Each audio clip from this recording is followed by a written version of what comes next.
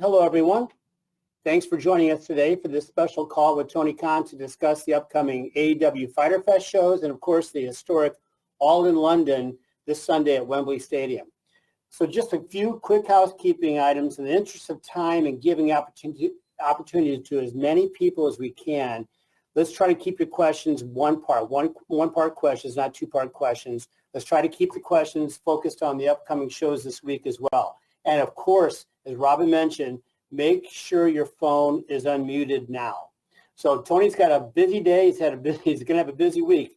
Let's go, Tony. Are you ready? And we're going to open it up for some opening thoughts, and we've got you to the top of the hour. Tony? Sounds great. Thank you very much, Jim. Thanks, everybody, for being here. This is the most exciting week in the history of the company. Certainly, it's going to be the biggest event we've ever had, and it feels like the biggest month ever for our business. And it starts tomorrow on Wednesday Night Dynamite Fighter Fest, and it's going to be a very busy week.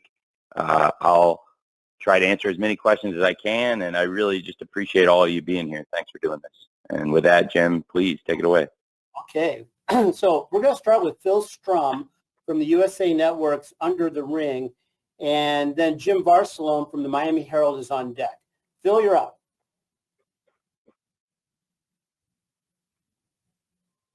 Hey, Phil. Hey, Tony, congratulations on Wembley Stadium and All In. What's happening in wrestling right now is just great to see, and in AEW for sure. I'm interested in learning if you felt Young Bucks versus FTR was ever in jeopardy, and if there was any discipline of Cash Wheeler following his arrest, and also just your thoughts on that match. Thank you. Thank you. Well, first of all, I'll start with my thoughts on the match. I think it's two of the greatest tag teams of all time. I have so much respect for all four men individually and each of the two teams collectively. I think they're both amazing tag teams. I think all four men are great wrestlers, and they have had great matches. When FTR arrived in AEW, it was all about the build towards FTR versus Young Bucks, and that first match was incredible at Full Gear 2020. And for a long time, we wanted to see a rematch. We finally saw it in Boston. It was an incredible match on Wednesday Night Dynamite in April of last year.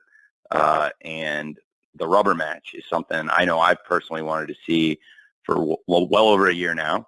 And I know a lot of fans in pro wrestling have wanted to see it. And I thought the perfect place for the rubber match to settle one of these great rivalries in the history of tag team wrestling would be AEW All In.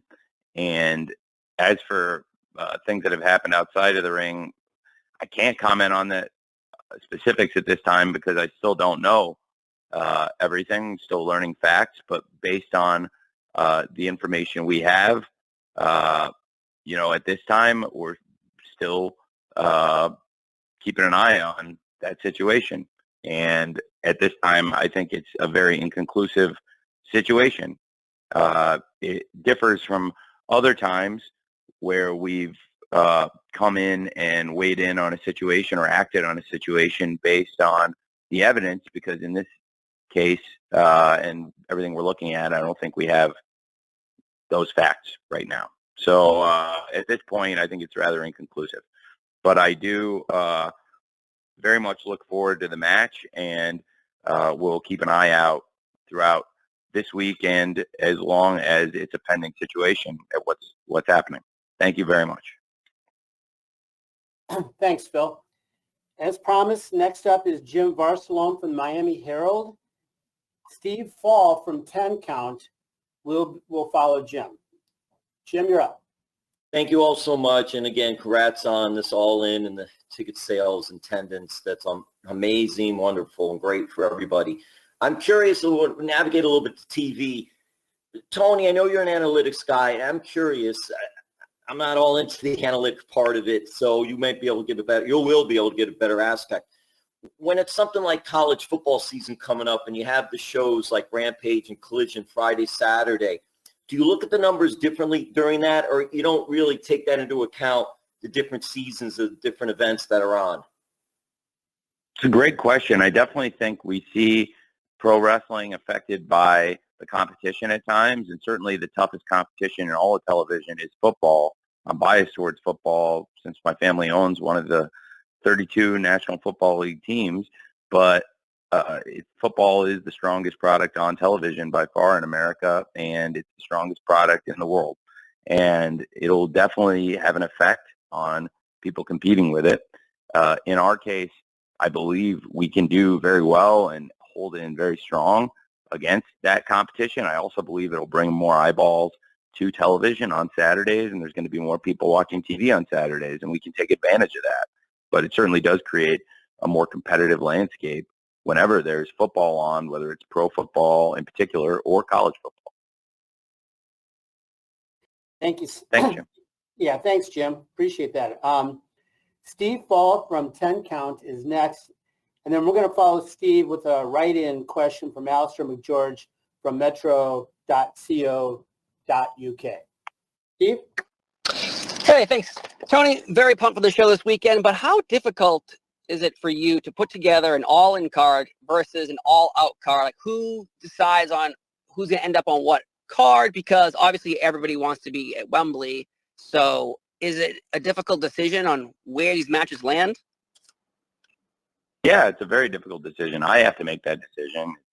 Very unpleasant, and people absolutely do. You're completely right. Want to do whatever they can do to be on Wembley, but also there's a great show coming up the following week in another market that's hugely important to AEW, and that's Chicago, the United Center. And there'll be a lot of focus on that show. Certainly, as we come out of All In, there'll be a lot of focus on All Out, and certainly with a big spotlight on All In, it'll provide a great opportunity to promote All Out. Also, the live event weekend is really important.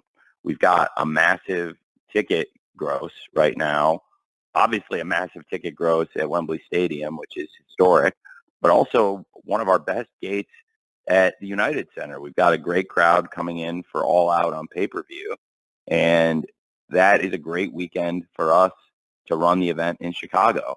And on the live gate alone, that's going to be a massively profitable event. So a lot of it is about the real estate that we've carved out for ourselves. And now we found something really special to do All In during the bank holiday weekend on August 27th, this Sunday in London, and then come back for Labor Day weekend in Chicago and have another very profitable live event. So I think there'll be people clamoring to be on All Out as well, but certainly the big priority right now and everybody's focus is All In, and it's with good reason because it's going to be a massive event, absolutely, this Sunday. Thanks, Steve. Thanks, Steve. I've got a write-in question here from Alistair McGeorge, which I'll give you in a minute, Tony, and then John Pollock from Post Wrestling will follow. Alistair McGeorge has a pretty simple question, Tony. What kind of a ticket update can you give us for the Wembley show this Sunday? Well, as of now, we have approximately 80,000 tickets distributed and a gate of close to $10 million. And it is historic. It is by far the biggest gate in AEW's history, and this will be the biggest crowd and the biggest gate in the history of pro wrestling in Europe. And that covers a lot of ground. It's going to be one of the biggest shows in the history of the world, and we'll see how the final run-up, what we generate. But I think it's safe to say that there's going to be 80,000 people there this weekend, and there's going to be a historic revenues for AEW, but also should be a historic night for pro wrestling in England and a historic day for all of you back in America. I can't stress enough, it's going to be different than anything we've done for the viewing habits of our pay-per-view audience to have AEW on in this particular window when, normally this would be when NFL is going to be starting on a Sunday, 1 p.m. Eastern, noon Central, and of course 10 a.m. Pacific. Very familiar NFL kickoff time to a lot of people. So very much looking forward to that. Thank you. Thanks, Alistair. Okay, we're going to move along. Again, just a reminder, one question per person. We're doing well here. John Pollock from Post Wrestling is next, followed by Amy Nemedy from WrestleJoy. John. Hi, Tony. I just wanted to go back and ask you, when you learned of the situation with Cash Wheeler, was it last week as everyone else did, or were you aware of this back at the end of July when the incident allegedly occurred? Because of the nature of it, I'll be honest. It's not like I've known for a long time what was going on here, but on the other hand, I have tried to gather all the facts and information, and I still think, we don't have all the facts here. And, I don't want to comment too much on the situation, but we're still gathering information, and that's what I've been trying to do for the several days. Thanks, John. All right. Thanks, John. Amy Nemedy from WrestleJoy, you are next, followed by Brandon Thurston from WrestleNomics. Amy. Hi, Tony. Congratulations on this historic event with All In. I want to sort of circle back to the first All In. I've noticed that MJF was in the very first match of the first All In against Matt Cross. And now he will be kicking off the show again with Adam Cole fighting Aussie Open for the ROH tag titles. Then he will be main eventing this show as the world champion against Adam Cole, fighting for, of course, the AEW World Championship. I wanted to know, what was your thought process in booking this card? How much did you consider the first All In, and how many tie-ins you could make on this historic show? Thank you for your time. That's a great question. Well, you've opened me up for several things there, Amy. I appreciate it.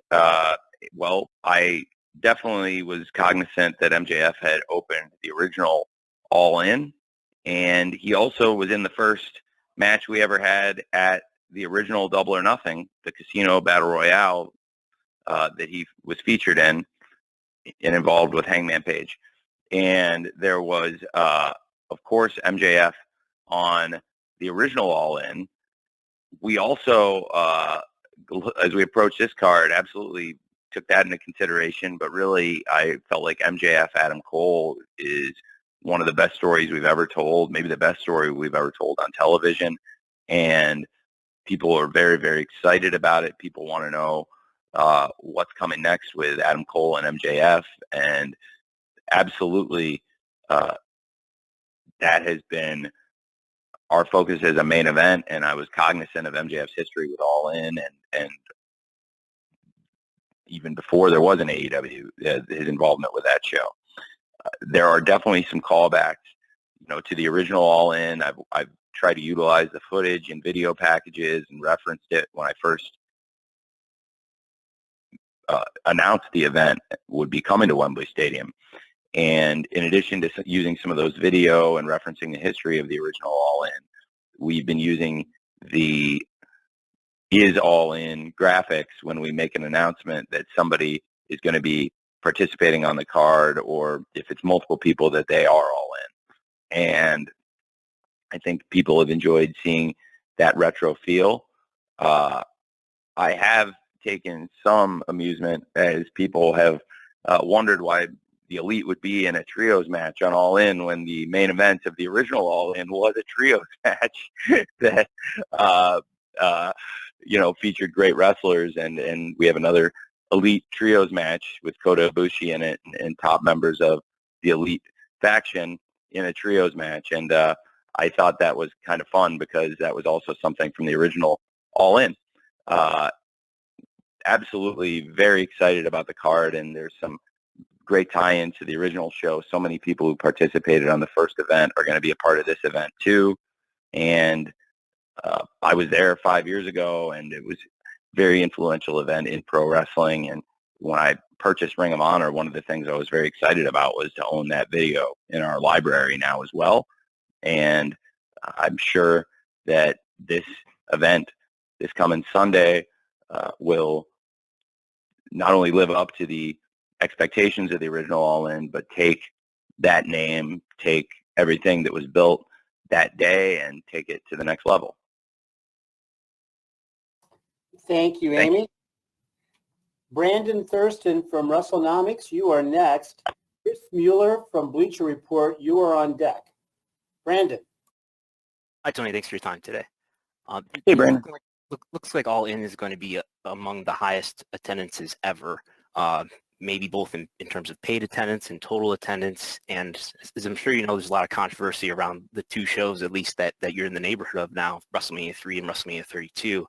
I was wondering if you would be willing, after the show is done and all the tickets are sold, if it does set the record, would you be willing to make the ticket audit or other records available to the media just to minimize the controversy that it feels like is going to be inevitable after the show? I am not sure. I've never been in that position before.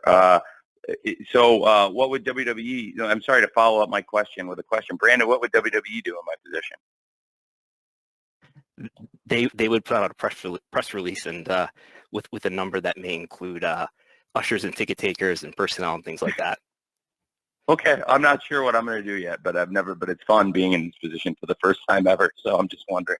Well, I'll have to take it all into account, and we'll definitely be doing a very thorough audit of the building, and I will get you guys as best as I can an accurate number, as I always do, and I've never been in that particular position before to do that math, so I look forward to announcing an accurate number, and I'm not sure how long it'll take us to come up with it, but I'm very excited to have a good number for you guys on Sunday, and hopefully it'll be a historic number that we can all get excited about. But honestly, whether, wherever it falls, I think it's going to fall certainly as one of the most successful events ever. And, it's not about really nickel and diming. I think it's about packing the stadium, which we have done. And it's a very, very important milestone for us. So I'm very pumped up for it wherever it falls. Thanks, Brandon. Thank you, Brandon. Chris Mueller from Bleacher Report, you are next. Stephanie Chase from Digital Spy follows Chris. Chris? Hey, Tony. Hey, so with Wembley being such a big success already before it even happened, it has to kind of pique your interest in doing international pay-per-views more often. So I'm kind of curious if you had other countries on a list maybe that you're already kind of scouting for future events. Well, it's a great question. We have AEW on in 150 countries around the world now, so there's definitely more opportunities for international events, and this will be a great learning experience for us. We did Forbidden Door in Toronto, which is obviously a lot closer to America, so the logistics were complicated, but they weren't nearly as complicated as what's happening right now, where you've got a good percentage of the AEW production team is not going to be at TV this week. They're going to be in Georgia making it happen. And I'm sorry, excuse me, they're not going to be in Georgia this week. They're going to be in London making it happen. And while we're putting the TV together in Georgia, we're going to have a good percentage of our team in London assembling the set and loading in to Wembley. We'll learn a lot from this, and I expect more international events in the future. As far as where we would go, it's a great question. I'm not sure yet, but certainly it's been a very good year for us with international touring, as our biggest events have actually been these international events with All In and now Forbidden Door, which is going to be another one of our top gates we've ever had. So it's definitely something we want to keep doing, and for a young company like ourselves that launched in America, but launched with a great TV partner overseas in ITV in the UK in particular, this is something I've wanted to do for a long time, and I think the strength of the TV partnership in England that we've implemented from the very beginning before we ever launched helped put us in this position because of the power of ITV in the UK. Thanks, man. Thanks, Chris. Stephanie Chase from Digital Spy is next. Bill Pritchard from WrestleZone will follow Stephanie. Hey, Tony, how are you? I'm well, Stephanie. How are you? I'm great, thank you. I wanted to ask, because the Elite recently re-signed with Omega and the Young Bucks staying on as EVPs as well. How would you define their roles as EVPs now, especially if you compare it to wrestlers such as Chris Jericho and CM Punk, who also appear to do a lot backstage but don't hold any title? Well, that's a great question. I think it is a variety of responsibilities that different people backstage carry. Certainly, from the very beginning of AEW, Kenny Omega, Matt Jackson, Nick Jackson have been very involved in coming up with ideas and helping build some of the major events, including the original All In, which was actually before AEW even launched, and is brilliant creation from the Young Bucks. And I think that with, in particular, Kenny Omega and the Young Bucks, they have a great connection to the fabric of the company and the history of the company. And as we've gone on, I've added people to the team, people that work backstage, people that are also executives. Some of them are wrestlers, but for the most part, there's not a lot of people that carry the executive title and are featured on the wrestling show so regularly and so importantly as Kenny Omega and the Young Bucks. So I do think as we approach the first ever AEW All In, it's a great time to look back at all the great things that Kenny Omega and the Young Bucks have done here in AEW. And of course, they're three of the four original executive vice presidents, along with Cody Rhodes. And the four of them put together an event with the original All In that has stood the test of time and captured the imaginations of fans around the world. And based on the success of that original event, I thought that bringing the first ever AEW All In had the potential to be our biggest event ever, and it has been. So it's a huge blessing for the company, and in large part thanks to the elite, Kenny Omega and the Young Bucks, for creating All In. So they're still a huge part of the company, and very excited to have them participating in All In 5 years later. Thank you very much, Stephanie. Thanks, Stephanie. Bill Pritchard from WrestleZone, you are next. And then I've got a write-in question, Tony, from Mike Johnson at PW Insider. For now, it's Bill. Great. Good afternoon, Tony. How are you? Good afternoon, Bill. I'm very well. How are you, sir? Good. I wanted to ask about the actual match card that's been announced, if you could comment on this being the final card or if anything else could be added. I know, specifically Paul White's kind of teased something with Captain Insano, and there's some other matches that maybe fans expected to be announced that aren't yet. Could you comment on how final, what I think it's 9 matches are?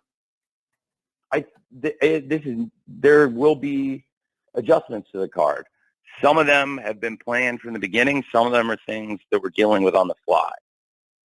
I would love it if the first thing I wrote down months ago for every pay-per-view card was what actually came to life.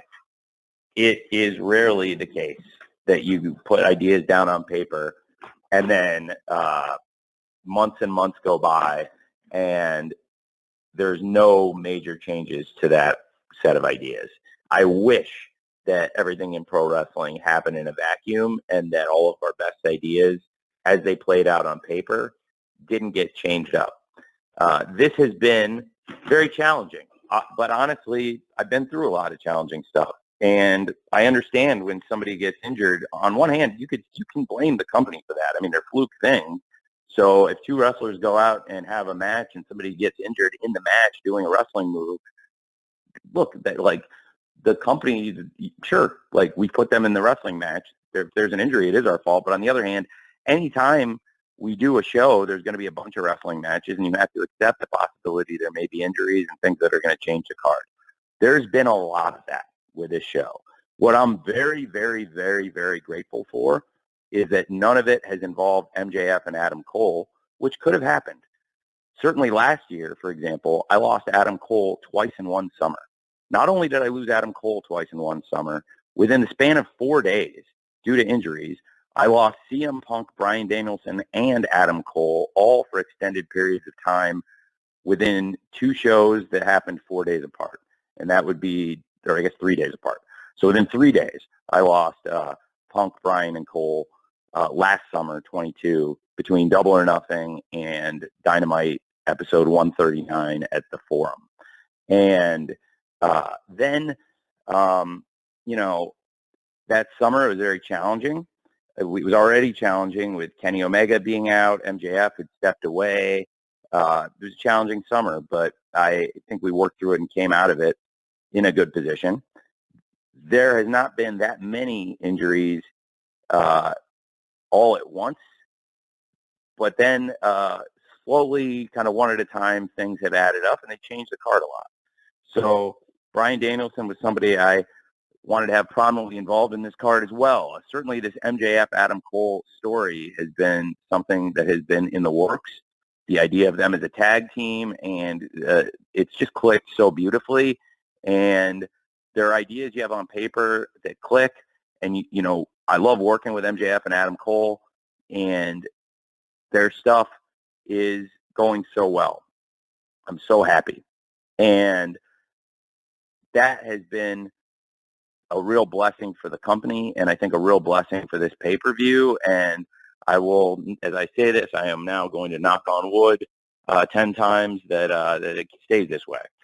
Now, as of right now, I have no reason to believe, as of now, that there will be a status change to the tag team title match. Obviously, we'll keep an eye on that situation. I'm not saying I'm taking it lightly, but as of what I've seen right now, I haven't seen enough to make the change there, and I'm not expecting to, but I will keep an eye on it, and I'm taking that seriously.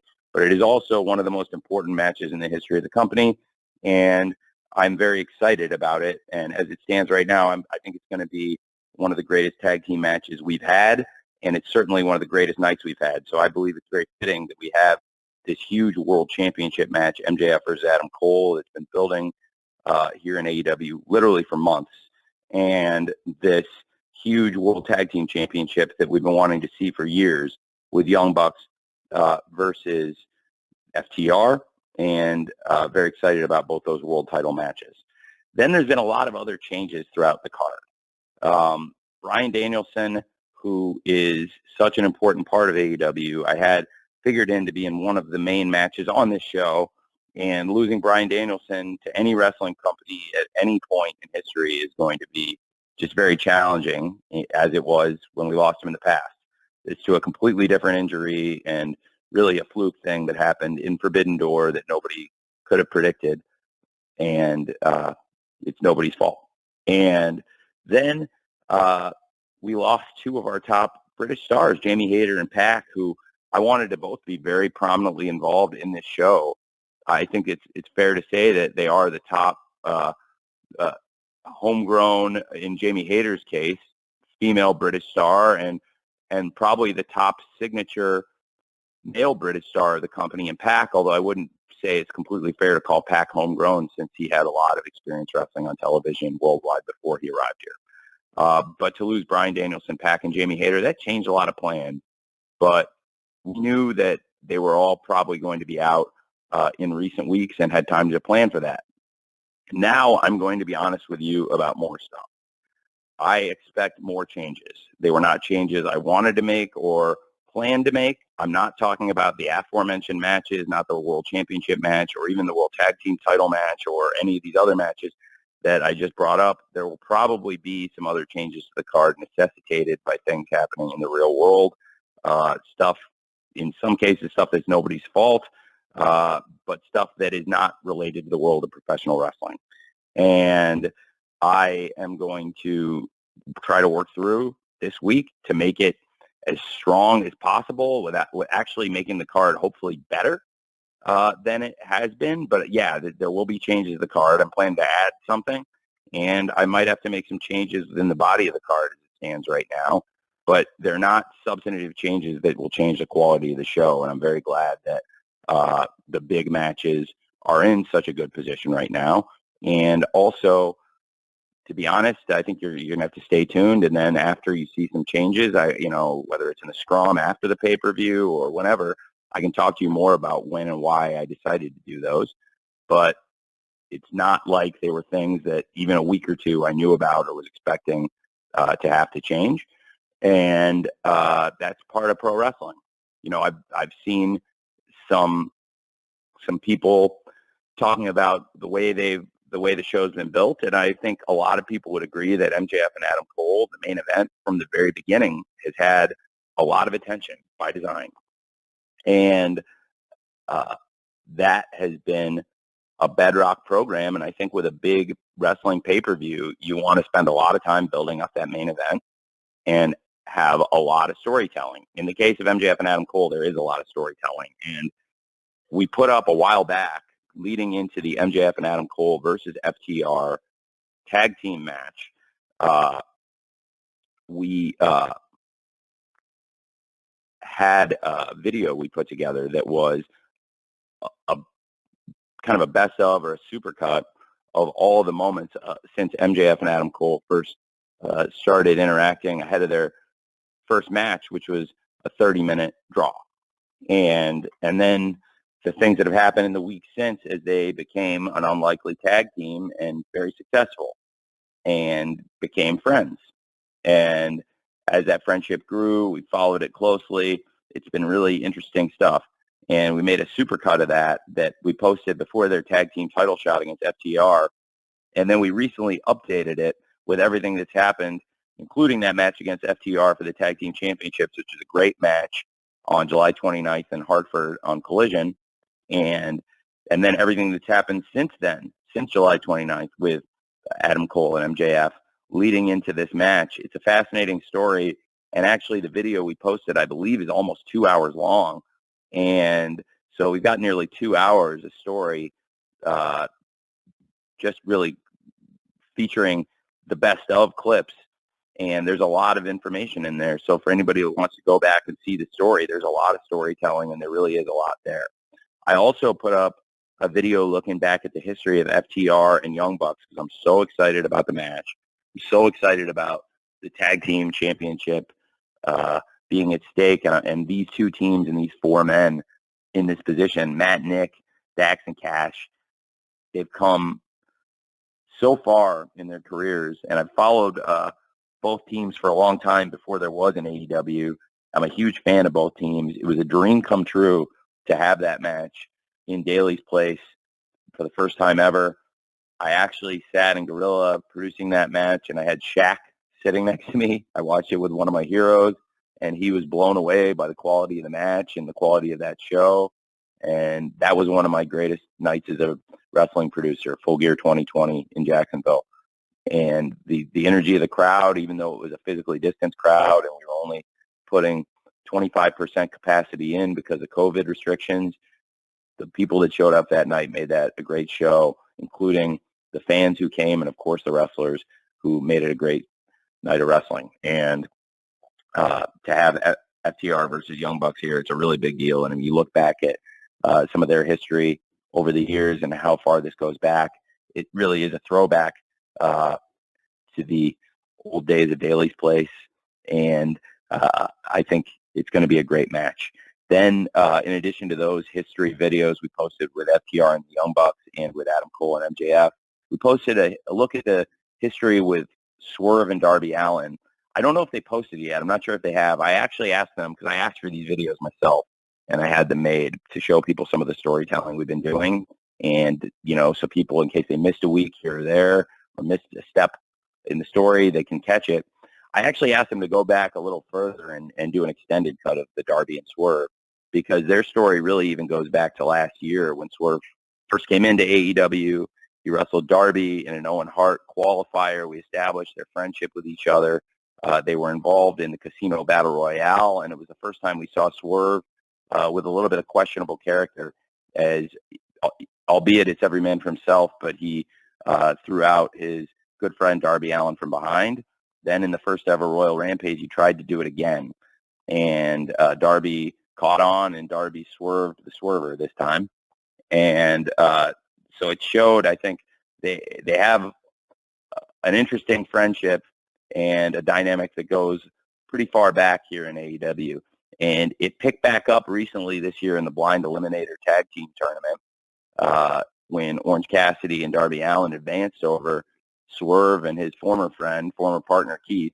And it was a great match, and it reignited things between Darby and Swerve in a major way. And then Swerve ended up costing Darby and Orange their match in that tournament, and it's led to a lot of interesting stuff in recent weeks between Darby and Swerve. And I really feel like those two are the focus, Darby and Swerve. But we've added a lot of interesting characters and built an interesting story along the way involving the Mogul Embassy, Nick Wayne, and Sting. And but Darby and Swerve have a lot of history, and I want people to see that. That it's really largely about those two. And there's going to be a lot of great stuff on this card. I will be adding stuff, as I said, but I will also be changing things. They were not things I was expecting to change, but that is the nature of wrestling. But I am really excited about what we built here, and I think the stories we've been telling, we will still be able to tell. I'm very optimistic. Thank you. Thank you, Tony. Got this write-in question here from Mike Johnson from PW Insider. And after that, we're going to go to Dominic D'Angelo from Inside the Ropes. Tony, Mike asks, what has your father's reaction been to All In London ticket sales and all this success thus far? It's been a long way, or it is a long way, from him taking you to the ECW arena in Philly. Yeah, it is. It is a long way. I know my dad's very proud of the success of AEW, and in particular, All In. This is all happening because of him. He is the reason that I've been in a position to launch AEW in the first place, and he's the reason I started going to Wembley Stadium and built these relationships, and he's the reason I built the relationships in sports that allowed me to get my foot in the door to make AEW a reality 5 years ago. And he is the most savvy businessman I know, and he is very aware of the huge success that is AEW All In at Wembley Stadium. So I was actually with him last night talking about it, and he's very, very excited about the event and everything it represents. It's definitely a long way from him taking me to see wrestling events as a young kid, and he was never a wrestling fan. It wasn't like he wanted to be there, but I think that speaks to what a good dad he was, because he supported me being a wrestling fan, even though he didn't really like wrestling or didn't care particularly about it. It wasn't for him. He was doing it. He was doing it for me, which I've always really appreciated. Thanks. Thank you, Tony. Dominic D'Angelo from Inside the Ropes, you are next, and we're going to follow Dominic with Robert Butler from the BBC. Dominic. Hey, Tony, how are you doing today? Doing good, Tom. How are you, man? I'm doing great. Yeah, congratulations on All In coming up here, and I wanted to commend you, too, for the Maui Food Bank, doing that all last week for Dynamite, Rampage, and Collision. Question I had was regarding Sting. Obviously, he had a little bit of a persona change just to tweak this past Dynamite, but a lot of speculation early on was that he was going to be, this might have been his final match coming up here, but it looks like he'll be around for maybe a little bit longer. I was curious if you had any further conversation with Sting about a contract situation, maybe extending him or him lingering around a little bit longer for you. I have. Sting is very well aware I would like him to stay as long as he feels physically up to wrestling. And I think he really enjoys doing it. He's having a lot of fun. Sometimes you hit on things in life you think are going to be good and they turn out to be great. And for me, a good example of that is Sting and Darby together.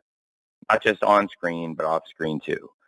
I am very, very fortunate that Sting listened to my suggestion when he first was thinking about coming back to the ring, and I suggested that he watch some matches from a young man named Darby Allin and check him out and get familiar with him. And I wanted to introduce the two of them because I thought they could really hit it off, and they have, to say the least. And in the ring and out of the ring, they are an incredible pair. And I'm very excited that this will be one of the great moments in one of the great careers in wrestling. And we've really had some very special moments for Sting in AEW, where I think he'll be able to hold his AEW run up, as these were many of the really special, great moments in my great career. I think Wembley Stadium will be a really important chapter, and certainly Grand Slam, Sting and Darby versus FTR at the original Grand Slam, I think was one of the great matches of Sting's career. And then he went back to New York and had another great match last year against the House of Black. And I really think that so many of the memories we've created here with Sting, I also would include the original Forbidden Door, where Sting and Darby wrestled against the Young Bucks and the Bullet Club. What an amazing match. What a great start it was to the match, too, with Sting jumping out of the shadows onto the Young Bucks. It was an amazing match. And there's been so many great memories for Sting in AEW. I don't want it to end. And I won't be the one to pull the plug on it. So when the time comes, Sting knows he needs to be the one to say, I don't want to do this anymore, because I'm going to let him go as long as he wants. And I want him to stay as long as he can. And it's so important to me that we let Sting finish his career the right way. And he's on this amazing run in AEW. He's undefeated through all these great matches Sting has had. He's built the best winning streak in all of AEW, which to me is befitting of one of the best wrestlers of all time. Thank you very much. Thank you, Dominic. I want to recognize we had a question earlier from a write-in from Steve Herman from the BBC that I believe you've already answered, Tony, but Robert Butler from the BBC has something for you here next. We're going to follow Robert with John Alba from Fight. Robert? Yeah, thanks very much. I'm sure you're aware of how excited everyone is over here in the UK for this show, Tony. Everyone's so pumped for it. I just wanted to talk about Saraya and the impact she's had on the company, and also the fact that she's got this incredible family from just up the road from Wembley Stadium in Norwich, and I know they're going to be there, and her brother Zach has already been part of AEW television, and I know he's doing all he can to get that big break in America. So talk to us about Saraya and her family's impact on the wrestling world. Absolutely. Saraya is a great wrestler. Saraya is a great part of AEW. She's been here for nearly 1 year now. And certainly today, as it stands, this is the biggest moment of her AEW run. And I think it's a big opportunity in her career, one of the biggest. And Saraya's had a great wrestling career. It's been documented, obviously, on film and in print, and it is the stuff of legend. She's part of a tremendous wrestling family. We're excited to have them as part of the event. Just up the road, maybe a little, I think Carroll Road is quite a drive from Wembley Stadium, as I recall. But nevertheless, it is a drive. It's drivable. And I love Wembley Stadium very much, but the place Saraya is from is lovely as well. I think Norwich is great. I've visited Carroll Road. I've gone with Fulham there, and really enjoyed it, and enjoyed meeting Delia Smith and Stephen Fry and all the people there. And they have a very nice group of people at the football club as well. It's a great town. So Saraya is an amazing story. She's an amazing person, and she's got a great group around her. I think very highly of Saraya and Ruby Soho and Toni Storm, who's also part of this big four-way match for the Women's World Championship that Toni Storm has held twice. And it's a very interesting dynamic what's happening with Saraya and Toni now. And to have the two of them in there, along with two former world champions in Dr. Britt Baker, DMD, and Hikaru Shida, who are arguably the two most successful women's wrestlers ever in AEW. It's a great group. It should be a great match, and certainly there'll be a lot of Saraya's friends and family and fans in the stands on Sunday at Wembley Stadium. Thanks, man. Thank you, Robert. John Alba from Fight, you are next. John will be followed by Michael Shalik from SE Scoops. Hey, Tony. Thanks, Jim, for the time. Thank you, Tony, for the time as well. Congratulations on the big events coming up these next couple of weeks. You have been really vocal, Tony, the past month or so about the streaming potential for AEW in the future, specifically as far as Max is concerned. And I'm sure that leveraging a show like All In into further distribution would be something you guys would have interest in. I'm curious, from your discussions with Warner Brothers Discovery, what lens do they view AEW through as a property? We've heard reports that they're going to repurpose Bleacher Report for the Max platform as a tier.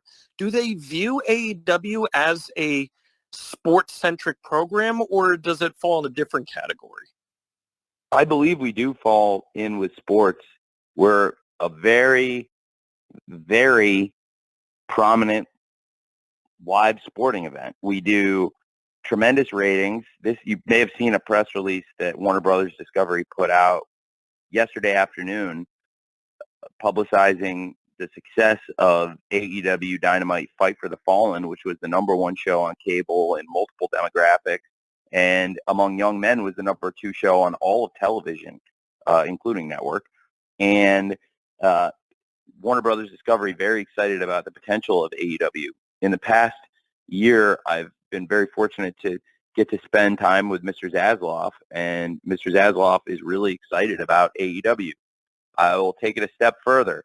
I saw Mr. Zasloff over the holidays with my father, and I walked up to him and introduced my father to him, and the first thing he said to my dad is, "Your son is effing killing it." So I was very pleased with that and proud of that, and always nice when your boss tells your dad that you're doing a good job.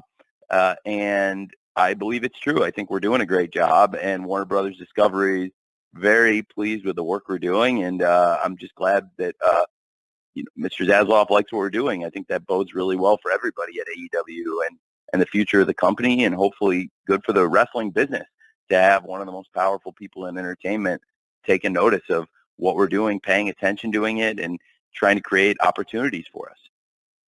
Thank you. Thank you, John. Okay, we've got time for two more, and we're going to go with Michael Shalik from SE Scoops, and we're going to close with Lee Stewart from Liverpool Live Radio. Michael.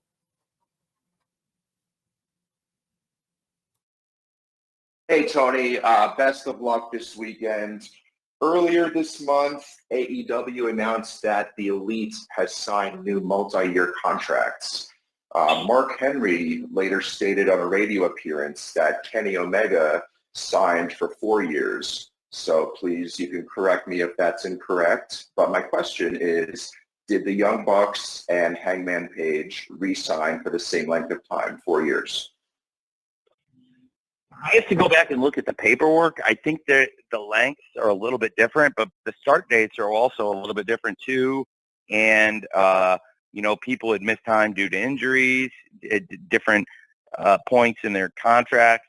So they were expiring at different points too. So it's not like everybody's deals were expiring on the same day. So I don't think they all end exactly on the same day, but everybody signed a multi-year deal and is going to be here for several years.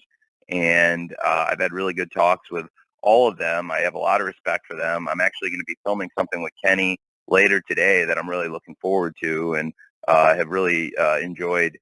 I've always enjoyed spending time with Kenny, but really recently I've really gotten to bond with them a lot and enjoyed it. And the Young Bucks and Hangman Page, have so much respect for them. We'll be seeing them very soon as well. I'm literally going as soon as I get off this phone to film something with Kenny, though, since you asked about him, it made me think of it.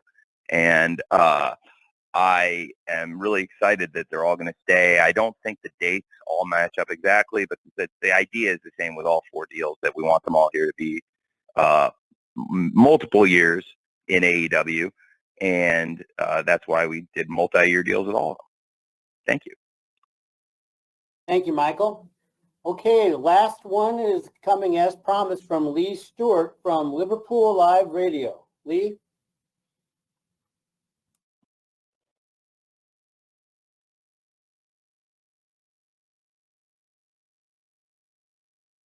Lee, you need to unmute your line.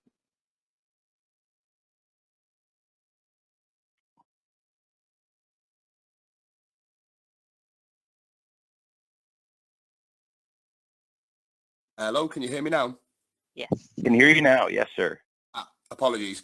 It was touched upon earlier that obviously All In being not only the largest selling wrestling event in the UK, but the largest in AEW history. With that, with your connections with ITV and other UK connections, can we expect to see a bit more of a regular occurrence in the UK for AEW? I will save that announcement for another date, but I think it's a very good question. I unfortunately, because you asked the question now as we're leading into this event, I don't think it's the best timing for me to answer it, but I do think I am very excited about the event and what it represents. And if you look at, how I've done things historically when something succeeds like this, I think there's a very good chance for that. And I'm so optimistic about the future of AEW in the UK. We have a great relationship with ITV, as you mentioned. I think they are the perfect partner for AEW Pro Wrestling in England, and they have that history of carrying pro wrestling for decades. And I believe ITV is the channel that is the most closely associated with the history of pro wrestling. So it's very fitting that we have that relationship with ITV. Just as in America, we have that relationship with TBS and TNT, which are channels that have an amazing history of carrying pro wrestling. And in Canada with TSN, that has a great history with wrestling. Well, in England, we have that with ITV, and ITV is also the most powerful commercial channel in the country. And in that partnership, it's really helped us grow the business in the UK and helped us get to the point where we could do something this exciting, where we're expecting 80,000 fans at Wembley Stadium this Sunday for All In. Okay, Lee, thank you. Tony, we got like about 60 seconds. Anything you want to close with? No, I really appreciate it, Jim. Thank you for moderating this, and I just want to thank everybody in the wrestling media for taking the time and listening in on this call. I hope I got to answer almost everybody's question, and if you didn't get one in, please keep coming. I will try to get you in, and also please come to the shows. Anybody who comes to the pay-per-view scrum, I always try to make sure if you're there that you get at least one question answered, and I look forward to seeing a lot of you soon, hopefully either in London or in Chicago or another show in the future. As I mentioned, there will still be some changes to the card, but the substance of the card and the essence of the card will not only remain intact, but I think they will get better in the days to come as a result of necessitated things I will do. And I know we're all really looking forward to the show. I in particular looking forward to MJF versus Adam Cole, FTR versus Young Bucks, and hopefully one of the best nights of pro wrestling in the history of AEW.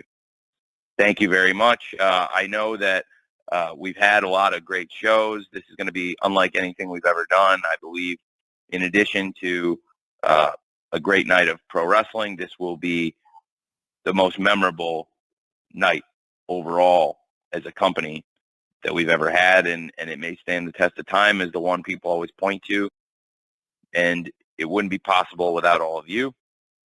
So thank you very much, all of you who attended this, and everybody who covers AEW and gives us the opportunity to do something that is, to me, a dream come true, and this show in particular is the embodiment of that dream.